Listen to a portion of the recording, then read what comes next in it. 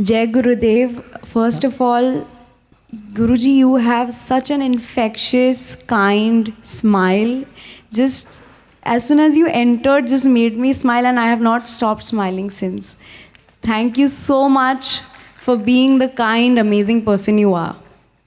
I learned so much from you, and I'm really, really feeling so good to be here in front of you, and I have the honor to ask you some questions. Yeah, go ahead.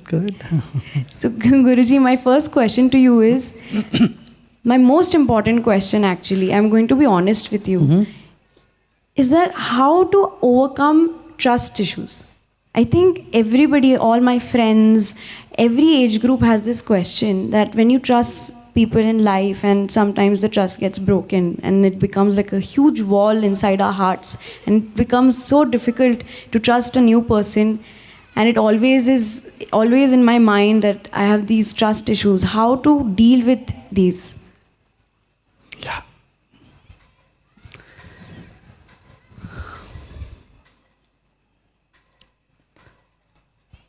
There are three types of trust. One is trust in yourself. Trust in the goodness of people around you.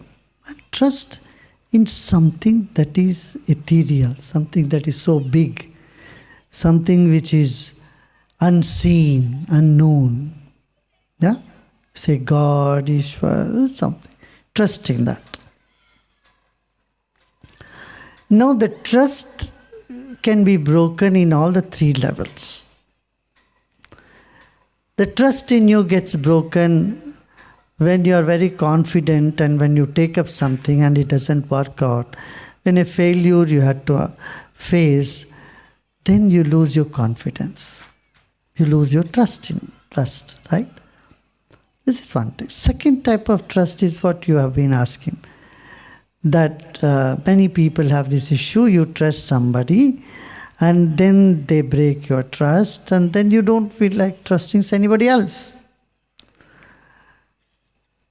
Now, the third type of trust is you pray to God and you have faith that you would get something and you don't get it and then your, trust in God is also broken.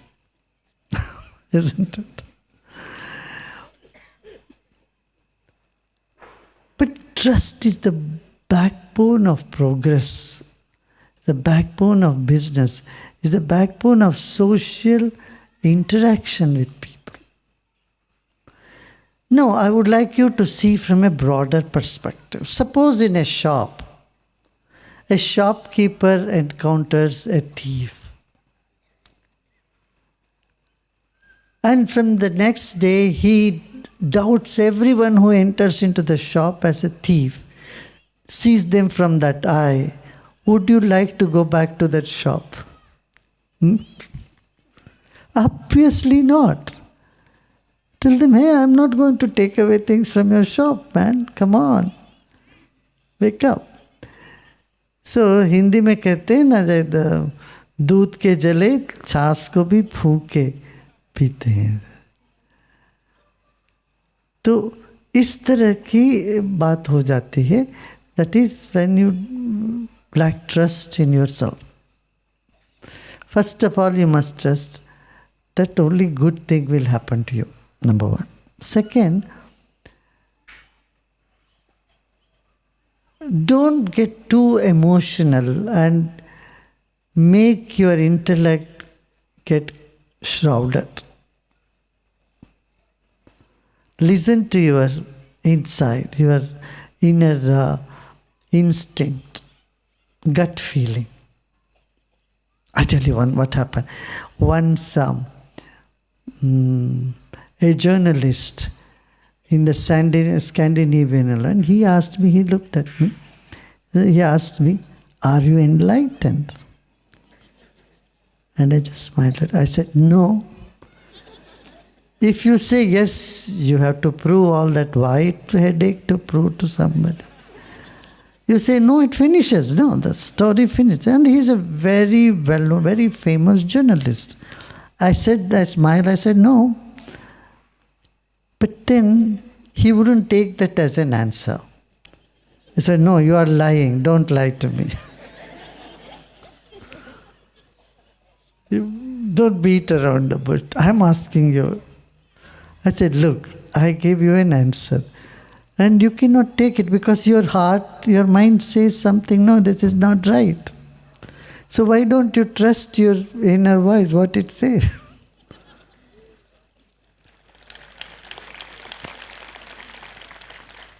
So you trust your instinct, your intuitive ability, intuitive power. And see things with a fresh outlook. Don't see it from the same old glasses or colored, stained glasses. You know, in any relationship, any interaction with people, see them fresh and new. Yeah?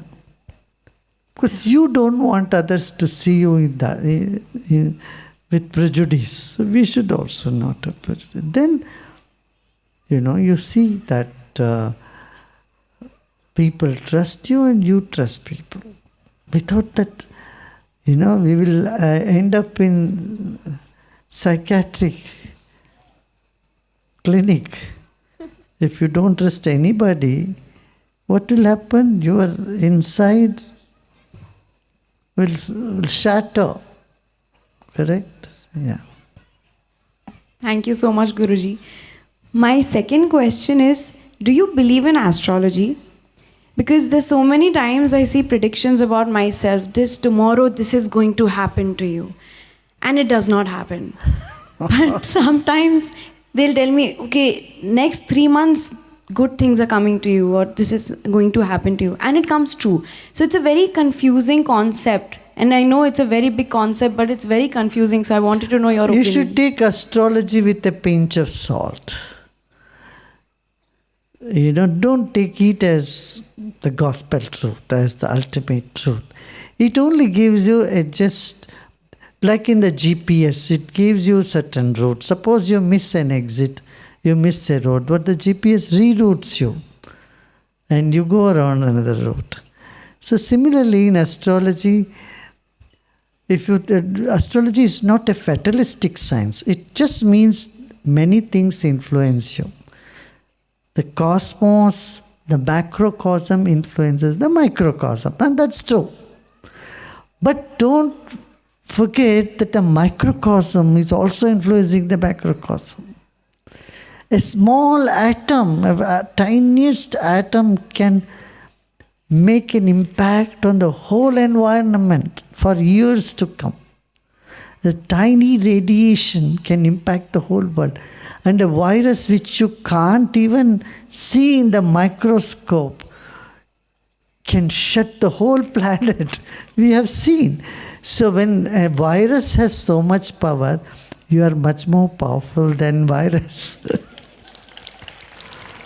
Isn't it? So your sankalpa, your intention also has a power. You can counter all the negative things that comes to you through the predictions of astrology. Again, I am telling this, astrology is not a fatalistic science, but you don't need to every day look into that. In the newspaper it comes, today you will meet your soulmate, or be careful. All that sort of thing, it's all just nonsense. And it's generalization of some, the paper needs a column and people are interested in it, so they put those sort of things. Even those people who write and predict such thing in the television, they also know it's just a game. They are just playing with it. It's not to be taken too seriously. Yeah. My next question to you is that I've read in studies also, and this is an experience also that I've got from me and my friends. Most of us Gen Zs are too much like they're overthinking a lot. We are not in the present moment, and we say that we want to be in the present moment, but anyhow, some ways we'll always end up overthinking. We try to listen to music, we try to meditate also, but sometimes some thoughts just come in our head continuously and we end up overthinking. What is the solution to this? Yeah, first of all, you become aware that you are overthinking. That's a great thing. Half job is done with that. Second is bringing to the feeling level. When you are feeling, your thinking is in the background. When you are thinking too much, your feeling goes to the background. You start feeling very dry, and maybe some sort of inertia dawns on you. So, as you said, listening to music and getting up and doing some workout and dancing and meditation and breathing, Kriya will help you a lot. Doing Sudarshan Kriya at that time can calm down the thinking. Definitely.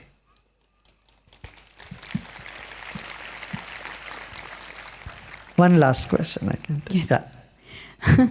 My last question to you is that there are a lot of times, I think because of situations or circumstances in life, where you feel very lost and it's very difficult to know what is the next step. And negative thoughts surround us a lot during these times because everything just feels like everything is out of place and it's very chaotic. So, what is your opinion? How do we overcome this? Yes, especially with the artists, this happens, right? I can see this from Hollywood to Bollywood to Tollywood to Sandalwood and everywhere. In all woods all over the world, this is an issue, especially with the artist community. That's where it is very necessary for the artist community to take on some spiritual path. Once they know they are in a spiritual path, they do some practices, a little bit of meditation every day, see life from a bigger context and greater possibilities. You'll simply see these problems simply vanish. The negative cloud simply bursts, and then you find yourself in such a beautiful spot. Yeah? And I'm also very concerned with the amount of depression and suicidal tendencies that is in this field. Also in student community, it's appalling. Especially after COVID, this has really tripled. So, meditation is the answer. Everyone should do meditation and Kriya. Sudarshan Kriya helps a lot. Okay.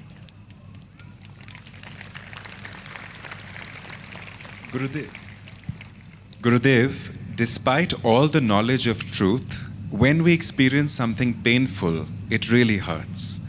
Do realized souls have no pain since they are realized, or does the knowledge help them bear the pain, whether physical or emotional?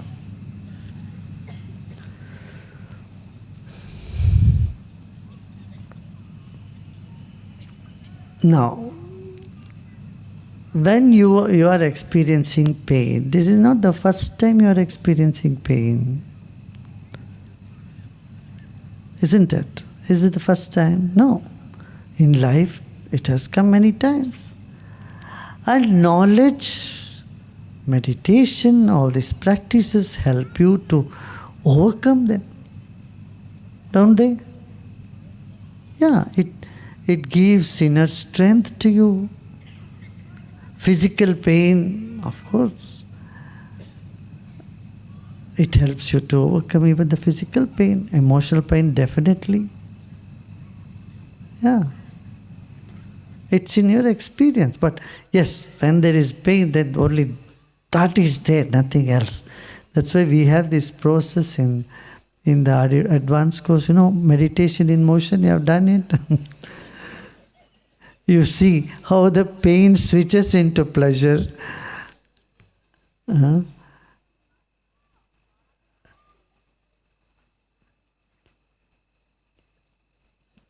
The intense physical experience initially binds you to the body. Later on, it just helps you to become more free. more free. Yeah. Again here, meditation plays a big role.